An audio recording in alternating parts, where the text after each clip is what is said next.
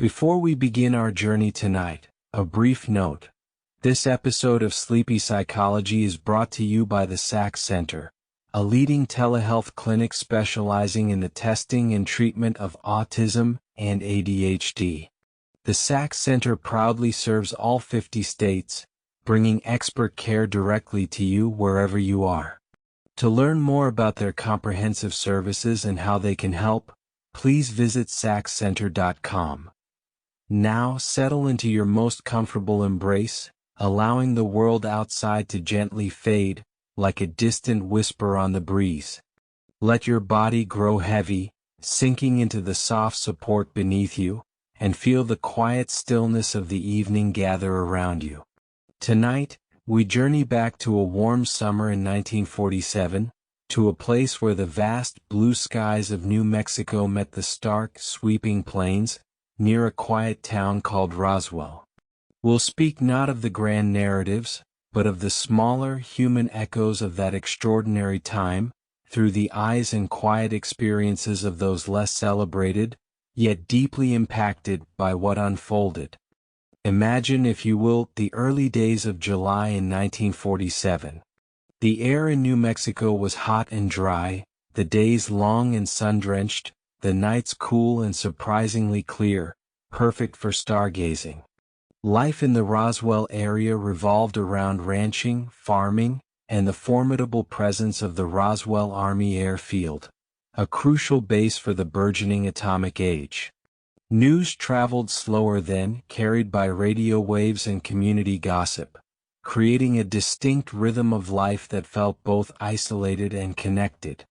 Our story begins not with the rancher W. Brazel, whose name became synonymous with the discovery, but with the quiet observations of others who saw things that week. Consider the perspective of J.B. Wilmot, a young geologist who was conducting field surveys in the region, several miles south of where Brazel's ranch sat.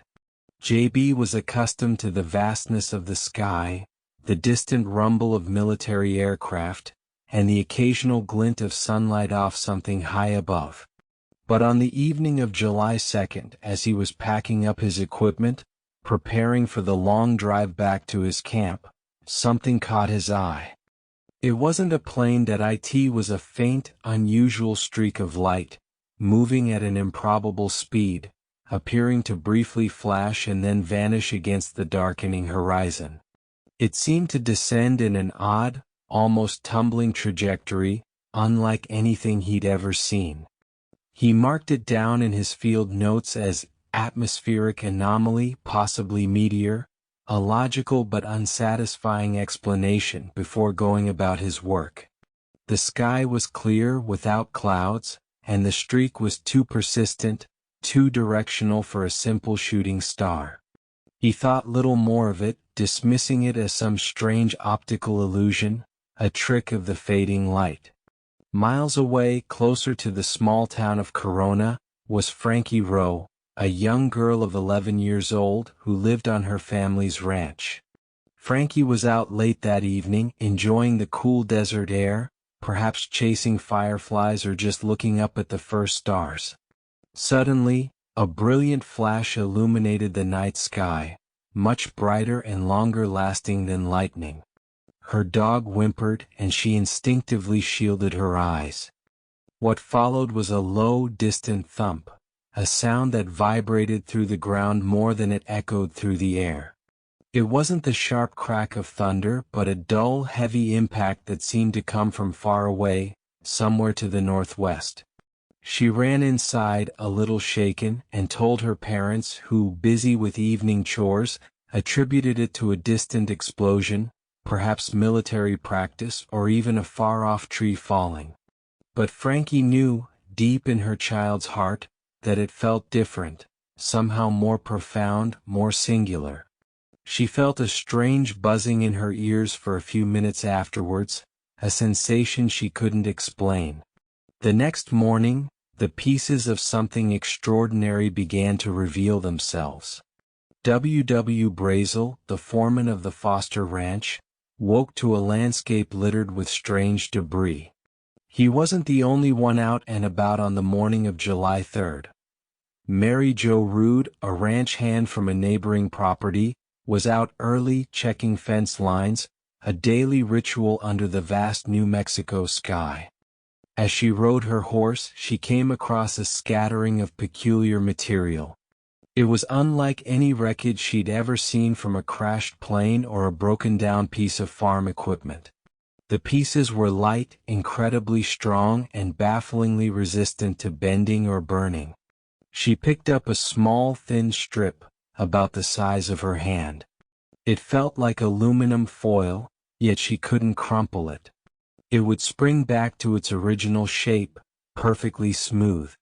Some pieces had strange, almost purple-hued symbols on them, not like any writing she recognized. She showed them to her father later that day, who, a practical man, simply shook his head and told her to leave such oddities alone, thinking it was some kind of peculiar military refuse. But Mary Jo held on to that small piece, its strange resilience a quiet wonder in her palm. Over the next few days, as Brazel began collecting the debris, word spread in the isolated ranching community. People were curious but also wary of the military, whose presence was a constant, if distant, reminder of authority.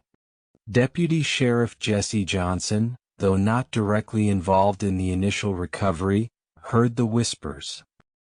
He was a quiet, observant man, who had seen his share of strange things in the rural stretches of Lincoln County. He heard reports of Brazel's unusual find, and then more hushed accounts of military personnel arriving quickly and discreetly. He noticed an increased number of military vehicles moving on isolated dirt roads, seemingly without explanation. He saw trucks covered with tarpaulins moving at odd hours, their contents hidden. It wasn't unusual for military exercises, but the urgency and secrecy seemed different this time. He just had a feeling, a quiet conviction, that something far more significant than a weather balloon had fallen. His colleagues spoke of it in hushed tones, acknowledging the strangeness, but knowing better than to openly question the military. One particular story comes from Glenn Dennis, a young mortician in Roswell, who had a contract to provide ambulance services for the military base. On July 8th, Glenn received a frantic call from the base hospital, requesting several small child-sized coffins. This was highly unusual. The base had its own morgue facilities, and such a specific request for multiple small coffins was unheard of, especially from a military installation where only adults were typically stationed. He drove out to the base, curious and a little uneasy. Upon his arrival, he was met by a stern military police officer who escorted him to a particular section of the hospital. He was told to wait. While waiting, he briefly spoke to a nurse he knew, a kind woman named Naomi Maria Self. Naomi was visibly shaken, her face pale, her hands trembling. She looked as though she had seen something deeply disturbing. She quickly whispered to Glenn that he shouldn't be there, that there had been a crash, and that strange bodies were being examined. She described them as small, not human, with disproportionately large heads and thin limbs. She seemed on the verge of tears, terrified of speaking too much. Before she could say more, she was abruptly pulled away by a commanding officer. Glenn was then strongly advised by an officer to forget what he had heard and seen, a warning delivered with an unmistakable undertone of threat. He eventually left without providing the coffins, his mind reeling from the chilling implications of Naomi's hushed words. The official narrative, quickly disseminated by the Roswell Army Airfield, was that the recovered debris was merely a flying disc, specifically a weather balloon and its radar target. This statement was published in the Roswell Daily Record on July 8, causing a brief flurry of excitement. However, just hours later the story dramatically changed.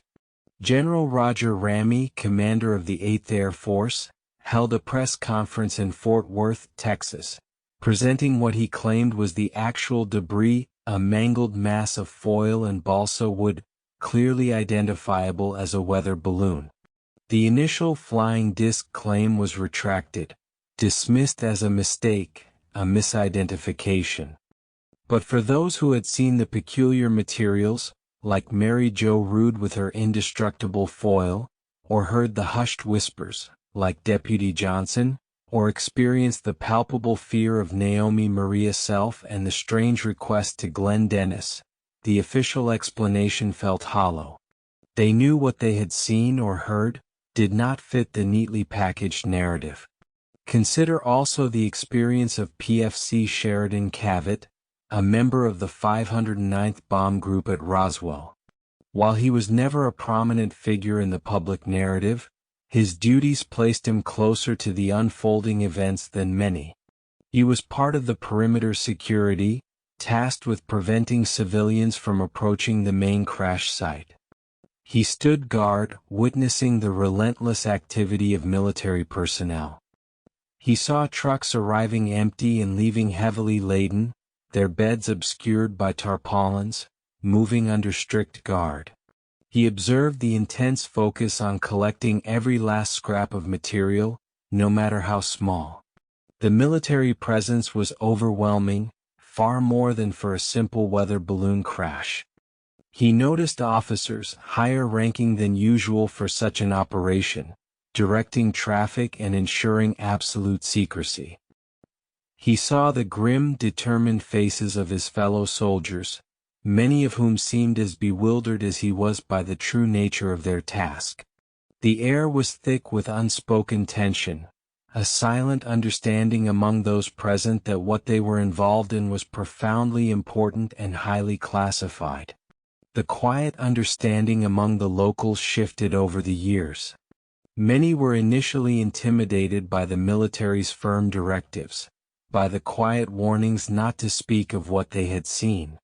But as time passed and the official story remained stubbornly weather balloon, a deeper conviction began to settle in. People like Frankie Rowe never forgot the strange flash and the dull thump. J.B. Wilmot always remembered the unusual trajectory of that light in the sky. Mary Jo Rood would occasionally feel the smooth, uncreased piece of strange foil hidden away in a box, a constant, tangible reminder of the impossible. Glenn Dennis carried the weight of Naomi's whispered words, and the chilling request for small coffins, a secret that gnawed at him for decades. It wasn't until the late 1970s and 1980s that the Roswell incident truly re-emerged from the shadows, fueled by the persistent testimonies of these less prominent witnesses. Jesse Marcel, the intelligence officer who had initially handled the debris, finally spoke out, detailing the anomalous nature of the materials he had recovered. This opened the floodgates for others who had quietly held their stories for years, often out of fear of ridicule or official reprisal. The collective memory of Roswell became more than just a single rancher's discovery. It became a tapestry woven from countless individual experiences. The farmer who saw an unusual streak in the sky, the child who heard a strange sound, the ranch hand who found impossible debris, the mortician who received a chilling request, the nurse who whispered of non-human bodies, the soldier who guarded secrets. Each small piece, each quiet observation, added to the profound sense that something truly extraordinary had happened in that remote New Mexico desert, something far more complex and unsettling than a mere weather balloon. The legacy of Roswell is not just about a crashed object, but about the silencing of truth, the power of official narratives, and the quiet persistence of personal experience. It's a gentle reminder that even in the face of widespread denial, the echoes of truth can linger, waiting for a time when they can finally be heard. It teaches us that understanding often comes not from grand pronouncements, but from the patient gathering of small human observations, each a unique thread in the intricate tapestry of a mystery. As this quiet tale draws to a close, allow the gentle hum of the unknown to soothe your mind. Release any tension, any lingering thoughts, allowing them to dissipate like wisps of smoke in the evening air. There is nothing left to hold on to, nothing to strive for, simply the peaceful expanse of your own being. Now, I invite you to turn your attention inward to the quiet space within you. Feel the gentle rise and fall of your chest with each breath, a soft, rhythmic wave washing over you. Imagine a warm, golden light beginning to glow at the very top of your head, a soft, comforting radiance. This light is pure relaxation, a gentle energy that knows exactly where to go. Allow this golden light to slowly, serenely begin its journey downwards, through your scalp, melting away any tension held in your forehead, softening the muscles around your eyes. Feel it gently soothe your temples, releasing any lingering worries. Let this light flow down into your cheeks, relaxing your jaw, allowing your tongue to rest gently in your mouth. Feel your throat loosen, becoming soft and open. The golden light continues its descent, flowing into your shoulders, dissolving any burdens you might be carrying. Feel your shoulders gently drop, becoming heavy and relaxed. Let this warmth spread down your arms, through your elbows, forearms, wrists, and into your hands. Feel your fingers softly uncurl, becoming light and free. Now, allow this soothing light to move down into your chest, warming your heart, bringing a sense of peace and calm to your core. Feel your breath deepen, becoming even more gentle, more effortless. Let the light then flow into your abdomen, softening your belly, releasing any tightness or discomfort. Imagine all your internal organs resting in a state of quiet repose. The golden light continues its journey, moving down into your hips, releasing any tension in your pelvis and lower back. Feel your hips become heavy and grounded, supported by the surface beneath you. Let this warmth spread down your thighs, through your knees into your calves and finally into your ankles and feet. Feel your feet become completely relaxed, each toe soft and at ease. Now your entire body is enveloped in this warm golden light of relaxation. From the top of your head to the tips of your toes, you are completely at peace, completely supported. There is nothing to do, nowhere to go, just this moment of quiet stillness. Allow yourself to sink deeper into this feeling of profound calm, letting go of any remaining thoughts or sensations.